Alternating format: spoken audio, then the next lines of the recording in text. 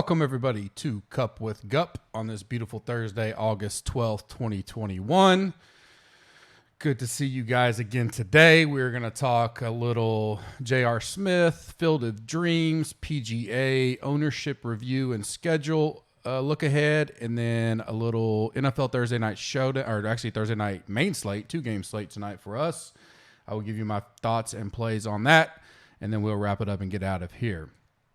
As we are doing from August 1st through September 13th, which is the first Monday Night Football of the regular season, you can use the code NFL to get 25% off any package, and that includes a 7-day free trial. No risk, no harm, no foul, no risk there. If you don't like us the first 7 days, cancel. You never see a charge.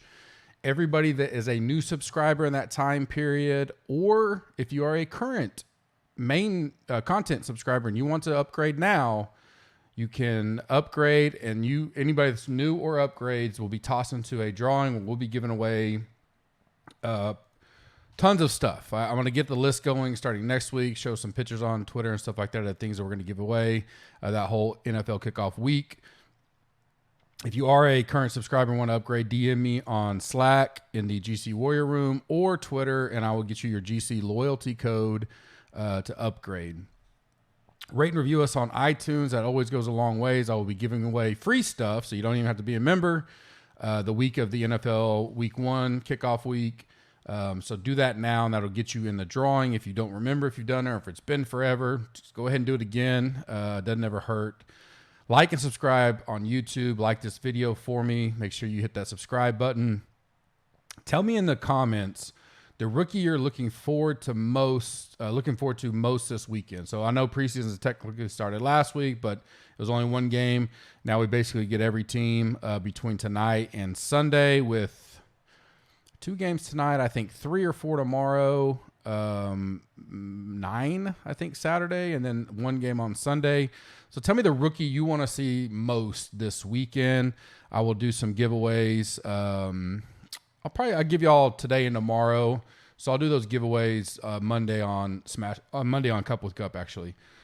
J.R. Smith deal, I think that's pretty cool. If you don't know about it, go check it out. Google it. He's going to, I think, North Carolina A&T, and then he's also applied with the NCAA for eligibility to go play for the golf team. I don't know if it's try out or play, but pretty cool that a guy that's multi-millionaire, he's avid golf fan. If you don't know that, he has played in some celebrity stuff. He's a pretty good golfer, so he's not like just some scrub. But I think that's cool of him to go back and get his degree after all that, showing how important it is, and then to try that sport. Hopefully the NCAA does the right thing and lets him play. He went straight from high school to NBA, so his clock, if you're not familiar with college and eligibility and all that stuff, has never started per se. So he could go back and start now. Just the eligibility factor, because he's a paid athlete, how that affects, and with the new NIL stuff, I don't know how all that will be treated, but hopefully he gets to play. I think that's cool. Not the biggest baseball fan. I love playoff baseball. I've talked about it before. Kind of like basketball. I'm not as huge of a regular season basketball, but most of the time playoff basketball is pretty legit. But I think tonight's cool. The Field of Dreams deal, if you're not familiar, White Sox and Yankees are going to play. I thought it was the actual Field of Dreams, but it's actually about 200 yards north of it where they built it, because they wanted to keep the kind of the prestige of the original field. People go there, almost like a museum type thing to see it. But I've heard nothing but great reviews. I think it's a pretty cool deal. I kind of wish, I saw Slack was talking about earlier, I wish they had done a little bit more bigger showdowns for it, because I think it's going to be at least a cool deal to check out. Good idea by them. Definitely get some eyes on the TV. Ownership review for me this week, PGA Wyndham Championship. Well, the late news with Usti, obviously, and I'd already finalized ownership. I'd finalized rankings. I just sent all that out, and I was diving into my lineups, and then the Usti news came out of the withdrawal. The bad thing about that is, I think, now, but then I was kind of like, man, I had made the decision to go Webb over Usti. But in the MMEs, I had made the decision to go Usti over like Henley. I know it's a big price difference, but I was still going to have some Usti, just not, I wasn't going to be overweight at all. and wasn't going to have any Usti in my 1-3 max. So that didn't affect me too much. But it certainly shook up the ownership. You're kind of scrambling last minute. You're trying to figure out, all right, how many people are going to just drop to Kokrak or up to Willie Z or to Harmon was 9,900. Or another deal I mentioned, because I didn't redo the final thoughts, I just added to it afterwards, was you could see a Henley get a bump or someone like that, because people go, all right, Reed's gone now, Usi's gone now. I don't want to play now. Simpson's going to be even more popular than we thought, and I nailed his. I was right at 35%. That's what he was in the $15. I don't want to play him. I almost didn't want to play him before, so I definitely don't want to play him now. So I thought the balance build may come into effect. Now, where does that affect? It doesn't mean I just go down and I got to bump Henley or someone like that, Sung Jae or Siwoo at 9,100. To make that balance, you got to bump other guys up. And so it's very not frustrating. It's just a lot to consume right there at the end. And I don't want to take forever, because it was already like 6, 7 o'clock Eastern time when the news kind of started floating out there. So, or maybe 5. I don't remember exactly, but it was later in the afternoon. So you just got to go on the fly on something like that. Now it's better than him withdrawing at like 5 o'clock this morning. That really would have helped me. Because I think I would have been very light on him. But what it did do personally for me, which is kind of a plus at this point, was I did add more Henley. And because I didn't have Usti no more, my balance, I was like, all right, because I talked about fading Henley, and I'm still light on the field. So him going 8 under or whatever he is, he's 6 or 7 under with 2 holes left now. Sucks. Not sucks. I have some ownership, but I am light. So I'm going to have unique lineups with him to pay off. And he's only in my 150 build MMEs. He's not in any of my other stuff. So he was a full fade in the 1-3 max stuff for me. Surprise, a higher up there chalky guy is leading the tournament. Once again, we'll see with Webb and all those guys how they do this afternoon. Kokrak and Willie Z, for me, I really flipped them. I missed on both of those guys. I had Kokrak more, and it turned out like the projections I had for those two combined were spot on, but they should have flipped them. I didn't think Willie would get up there. I didn't think he was going to be as popular as he is. Strillman was a guy that didn't get as high as I thought. I thought he was teamed up a lot higher. He only came in at 12%. Mito, I kept telling myself to bump him up. Didn't do it enough. He's still, up there closer to 20%. So, and I have my full review and breakout on the site now if you want to go check it out. Schedule. So, for the next 3 weeks, we kick off the FedEx Cup playoffs. If you're not familiar, that's the Northern Trust, the BMW Championship, and the Tour Championship at East Lake to wrap up the season. The Northern Trust is a top 125 cut down to 70 after the tournament. And it's not who finishes top 70 in the tournament. It's after the tournament's over, who's the top 70 in the season-long FedEx Cup standing. So you still have a normal tournament with a cut. So you'll have top 65 in ties, cut for Friday, going into Saturday and Sunday, and so forth. BMW is top 70 guys in the FedEx Cup, cut to the top 30. So it gives you the top 30 going to the Tour Championship, top 30 in the FedEx Cup, not who finishes 1 through 30th at BMW, just to be clear. The Tour Championship, if you're not familiar with the new format, the guy sitting in first place in the FedEx Cup starts the tournament at 10 under. Second place starts at 8 under. Third starts at 7 under. Fourth starts at 6 under. Fifth at 5 under. 6th through 10th place, 4 under. 11th through 15th place, 3 under. 16th through 20th, 2 under. 21st through 25th, 1 under. And 26th through 30th, even. Which brings in, so instead of having to figure out, if he finishes here, he finishes that, it's like, they just start at those unders and they play the tournament. And I think the first year they did it, I think Rory came back, and the guy that started first with 10 under didn't win. I want to say it was JT, and I want to say Rory was like 4 back and wound up making it up over the 4 days. It also puts a little twist to DraftKings because you're trying to figure out, finishing positions. They're going to start with what they start with. At least in the past, they've started as first, second, third, just like they always do, but they have such a lead. And then you're trying to predict, all right, where can these guys score, and what does that equal at the end of the day with the finishing positions and stuff like that. I built a little tool for it with this format, so we'll have that this year, and looking forward to that. Tonight, NFL 2-game slate. The biggest deal difference from Showdown, obviously, is we don't have captain or any of that, and we have to play a position, someone at each position. And it's the biggest deal, and it kind of bit made me a little bit, and we'll see how that goes this week. The big eye candy is always something to avoid.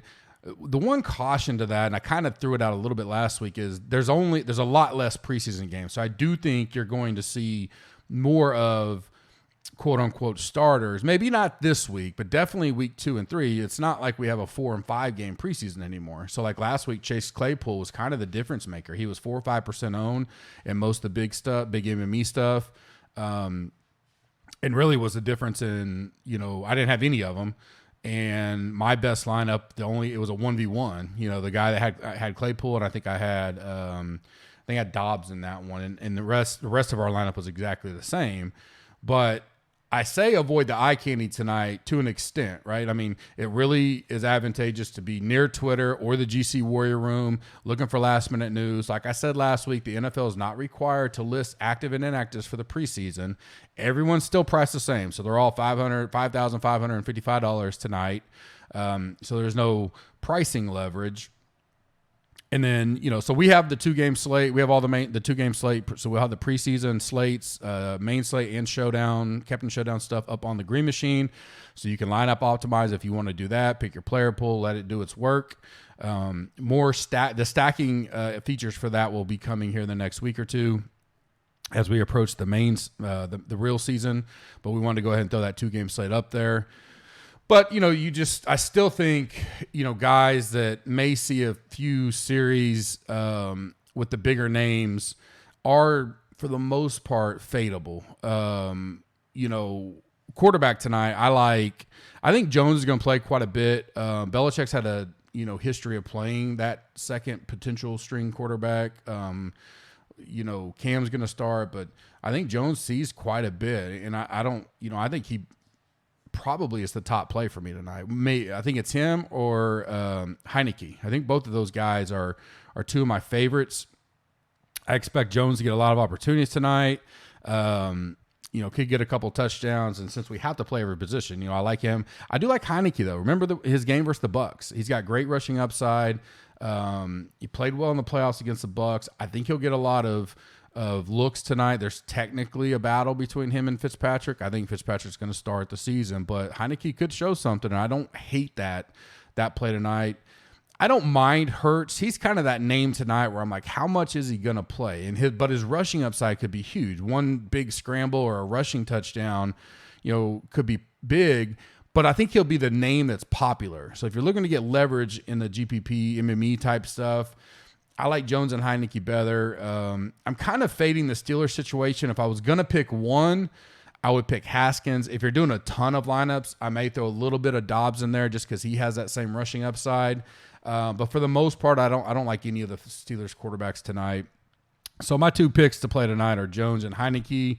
Hurts is a ownership deal, up to you. And then really fading the Steelers, in my opinion. If I liked anybody, Haskins is probably my favorite. Running backs, I like Samuels. Got a lot of looks last week for Pittsburgh. I think he'll be good again tonight. The Patriots are hard to figure out running backs in the regular season, let alone preseason. I'd keep an eye on just what you see and hear, beat reporters. I'm sure we'll have updates in the GC Warrior Room as well. But I like J.J. Taylor, and I don't mind Ramondre Stevenson, a little boomer sooner there. That dude was a beast at OU. And if he winds up getting in a rhythm and getting a lot of carries in that second half, he could be a good play tonight as well. And then I like Gainwell. I loved him at Memphis in college. So he's a guy that's on my radar. So those 4 you could pick and choose. There's some others on the slate, but those kind of stick out to me. Wide receivers, I like Watkins, but I think he's kind of the highlight reel Twitter guy that could get popular tonight. So if you want to take that chance, that's fine. I don't mind him in general. I think he does have upside. I thought that kind of going into the year, but I like Anthony Johnson, especially if Washington is out. But if Washington is in, he's been missing some practice. I don't mind going back to James Washington either. So I like both those guys, Johnson and Washington. Really like Johnson if Washington is out tonight. I have a question mark here. Do we go back to Claypool? It was only 15 snaps, but he saw 4 targets. I think he had 3 catches, or maybe he caught all 4. One was a big catch, and kind of broke the slate, right? You had to have Claypool last week to win. So,